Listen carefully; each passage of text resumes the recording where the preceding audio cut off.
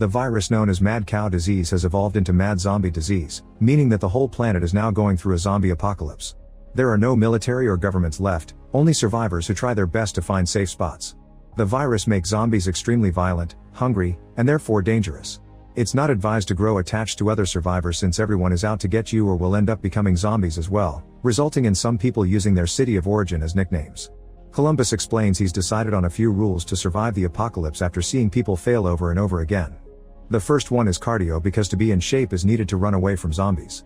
The second one is the double tap, which means making extra sure the zombie is actually dead after hitting it because they often retaliate. The third one is being careful in the bathroom because the zombies have gotten smarter and know they can get vulnerable people there. The fourth rule is to fasten the seatbelt since car accidents are more common now. 2 months after the initial outbreak, Columbus is at a gas station in Texas. He tries using the bathroom but sees a bloody fingerprint on the door and steps back right before a zombie bursts out. Columbus immediately runs away and the noise attracts a second zombie that joins the chase.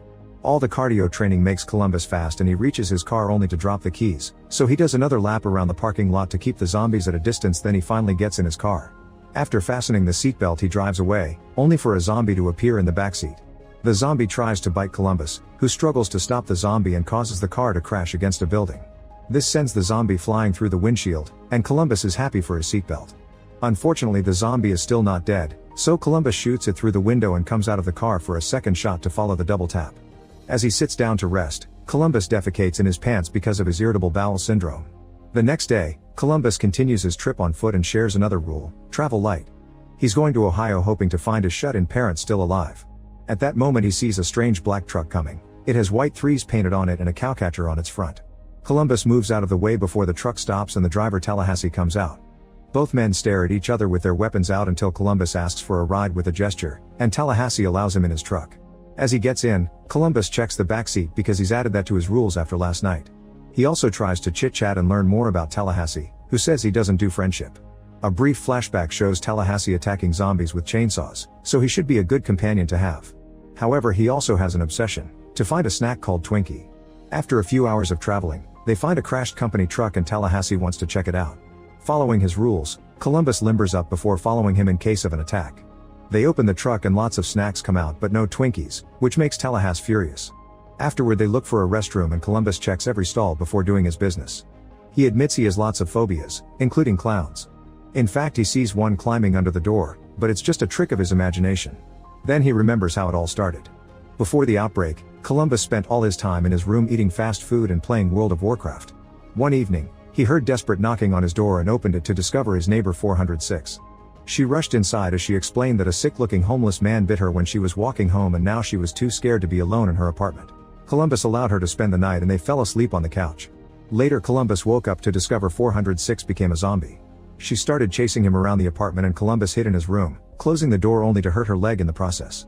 This didn't stop 406, who pushed her way in and followed him to the bathroom. Columbus tried trapping 406 with the shower curtain but she just pierced through it with her tongue. Next he threw a bunch of stuff at her and hit her with the toilet cover before running off. 406 went after him again, so Columbus had no choice but to hit her hard enough to actually kill her, which inspired the double tap. In the present, the duo has to move a bunch of cars out of the way so they can keep traveling.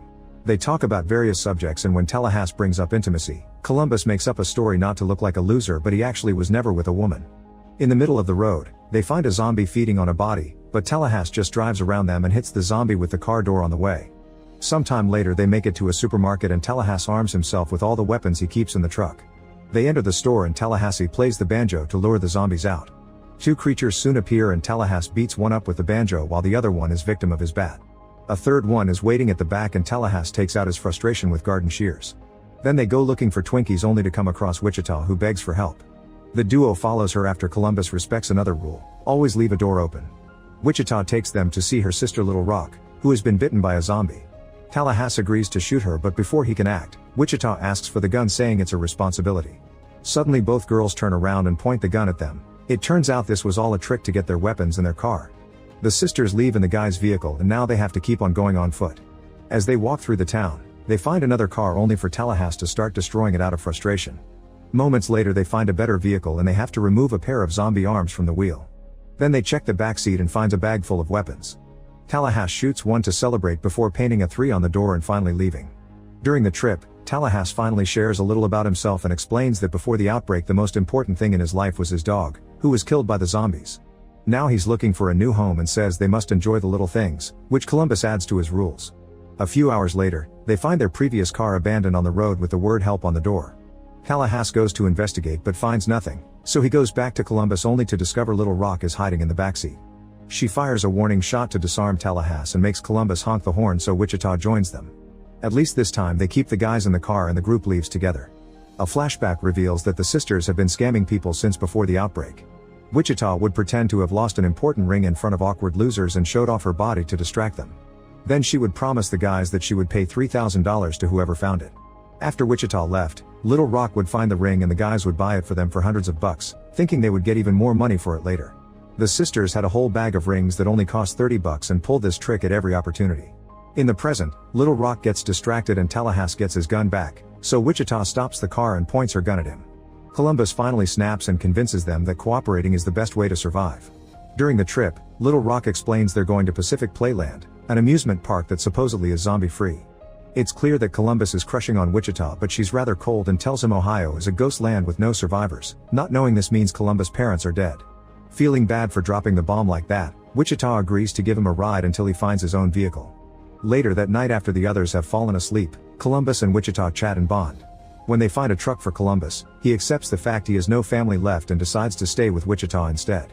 In the middle of the night, they stop at a store for food. Columbus wants to impress Wichita, but he has a rule that says don't be a hero, so Tallahassee goes first. He rings a bell and a zombie comes out, which immediately gets shot down. Tallahassee calls it Zombie Kill of the Week, but Columbus thinks that title goes to a nun that killed a zombie by throwing a piano on it. Once inside, Columbus puts on cologne to impress Wichita and Tallahassee mocks him for it, so Columbus puts perfume on him too. Tallahassee answers by hitting him, and Columbus accidentally breaks a decoration in the process. Then Tallahassee tells him to break more and soon the entire group is breaking all the merchandise in the store just for fun. Afterward the group returns to the road and chats about dozens of silly topics, allowing them to become friends. Eventually they make it to California and they agree they need a place to rest. They stop the car so they can grab a Hollywood map, shooting a few zombies in the process. Moments later they break into Bill Murray's mansion, which makes Wichita excited because she's a big fan. However, Little Rock doesn't know who he is. Tallahassee is disappointed to find no Twinkies, but Columbus is delighted to find a private theater and makes Little Rock watch Ghostbusters with him. He uses the chance to try to learn more about Wichita's preferences, but Little Rock isn't helpful. Meanwhile, Tallahassee and Wichita are startled by the appearance of a zombified Bill Murray. Wichita hits him with a golf club and Bill screams in pain normally, revealing he's fine and just wearing zombie makeup to avoid getting attacked by the monsters.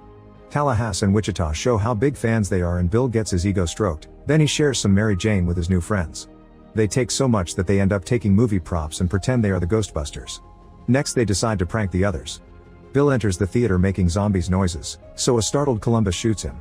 By the time he learns the truth it's too late and Bill Murray dies on a seat after saying his only regret is Garfield. The group wraps him up in some blankets and shoot their guns in Bill's honor before throwing the body off the balcony. That night they have dinner and play board games by the fireplace. They remember their old lives and Tallahassee reveals he didn't used to have a dog, he actually had a son. He cries and uses money as a handkerchief. Moments later Tallahassee fires at random objects for fun and teaches Little Rock to be a better shooter. Meanwhile, Wichita and Columbus share stories from their teen years while drinking and Columbus admits he didn't have a prom date. Wichita makes up for it by inviting him to dance and the duo gets really close. They are about to kiss but they're interrupted by Tallahassee, who kills the moment. An awkward Wichita admits she likes Columbus but she doesn't want a relationship because her attention is on her sister and surviving, not on attachments. The next morning the guys discover the sisters have left in their car because Wichita became scared of the relationships she was forming with them. Thankfully Bill Murray has tons of vehicles and Columbus decides to go after her. Tallahassee refuses to come along since obviously the sisters don't want them around, so Columbus tries to leave on a bike alone. However, he doesn't know how to drive a bike and immediately falls. Taking pity on him, Tallahassee offers to give him a ride. In the meantime, the sisters make it to Pacific Playland, which is completely empty. They turn on the power and start having fun with the rides, however the lights and the noises get the attention of the zombies in town. Soon the creatures enter the park and start chasing the sisters, who try to shoot as many zombies as possible while running away. They manage to get in the car, only for the zombies to break the windows and reach inside to try to grab them. Wichita speeds up the vehicle and once they leave most of the horde behind, the sisters jump off the car and let it go on until it falls in the water with a bunch of monsters.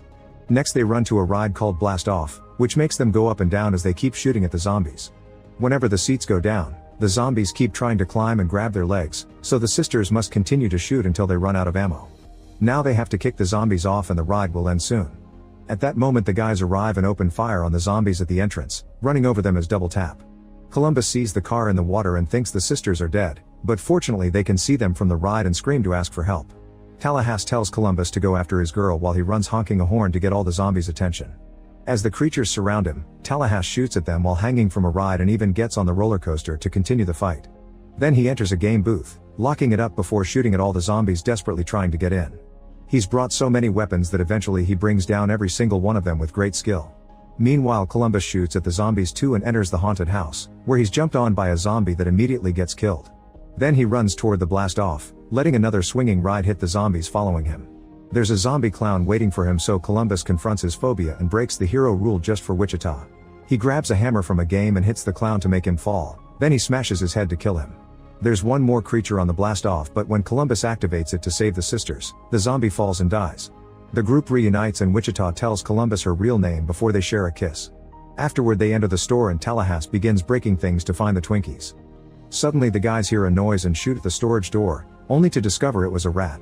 When they take a closer look, Tallahassee is devastated to notice the box of Twinkies has been destroyed by their bullets. At that moment they see the sisters leaving in the car, but it's a prank. They stop the vehicle and throw a Twinkie at Tallahassee before they leave together, driving over a zombie on their way out. Make sure to subscribe and turn on notifications so you can watch more videos like this. Thanks for watching.